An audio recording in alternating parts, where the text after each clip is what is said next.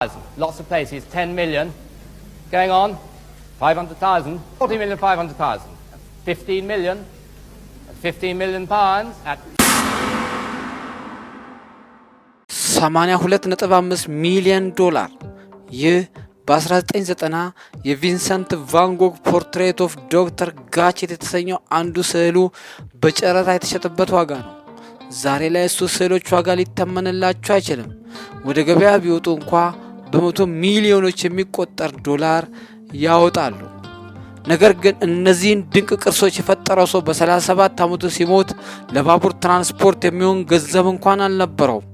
በወዝ ዘመኑ የሸጠው ምናልባትም አንድ ስዕል ብቻ ነበር። የሞተው ራሱን እንደ ሸክምና እንደ ውዳቂ አርቲስት እየቆጠረ ነበር። ሰላም፣ እንኳን ደህና መጣችሁ።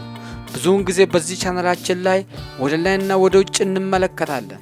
ስለ ፊዚክስ፣ ስለ ኬሚስትሪ ውህዶች ወይም ስለ ኮስሞሎጂ ስነ ፈለክ ግዝፈት እናወራለን።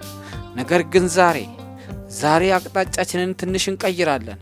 ምክንያቱም ሌላ አይነት የሳይንስ ዘርፍ አለ፣ የስሜት ሳይንስ፣ ህመምን ወደ ድንቅ ቀለማት የመቀየር ጥበብ።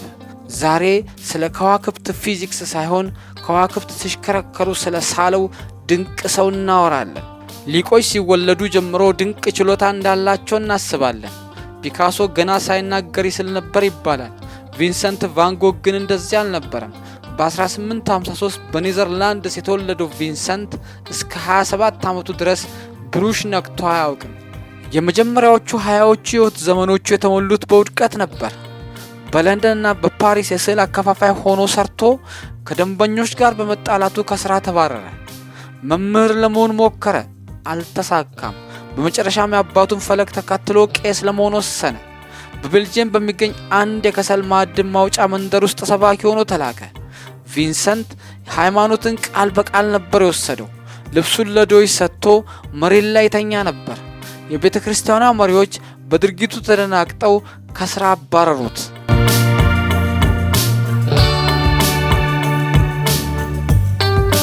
በዚህ ሁሉ ህይወቱ ጨለማ ውስጥ ተስፋ ቆርጦ በነበረበት ጊዜ ነው ስዕል መሳል የጀመረው።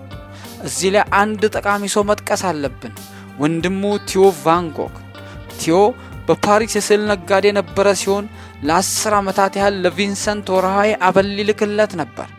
እያንዳንዱ የቪንሰንት ቀለም፣ ሸራና ዳቦ የተገዛው በወንድሙ ገንዘብ ነበር።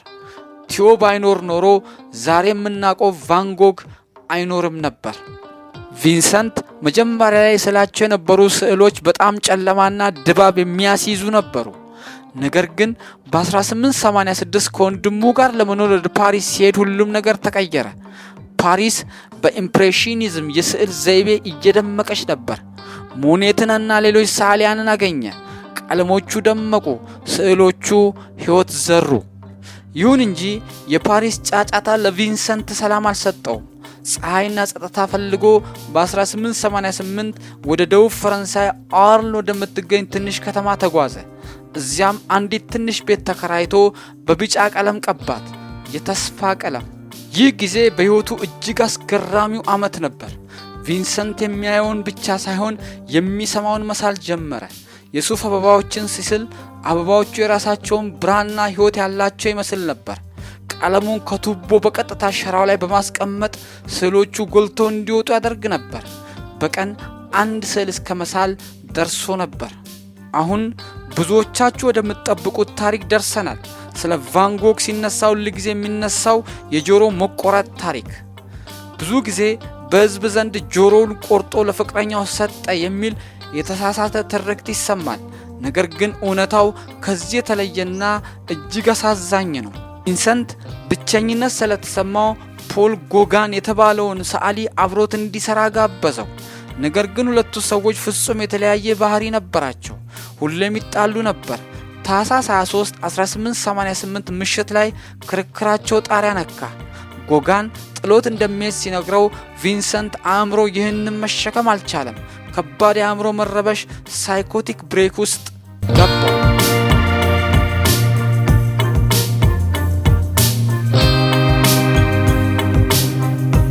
በዚህም አእምሮ በሳተበት ሁኔታ የግራ ጆሮውን የተወሰነ ክፍል በምላጭ ቆረጠ።